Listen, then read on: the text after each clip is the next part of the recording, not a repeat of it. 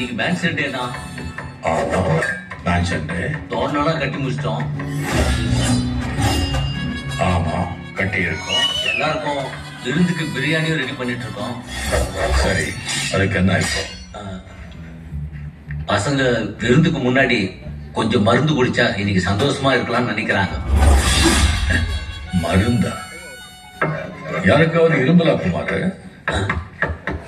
டேய், என்கிட்ட வாங்கி அவனை பேச்சு பேசுறீங்களா? இப்ப பேசுங்கடா.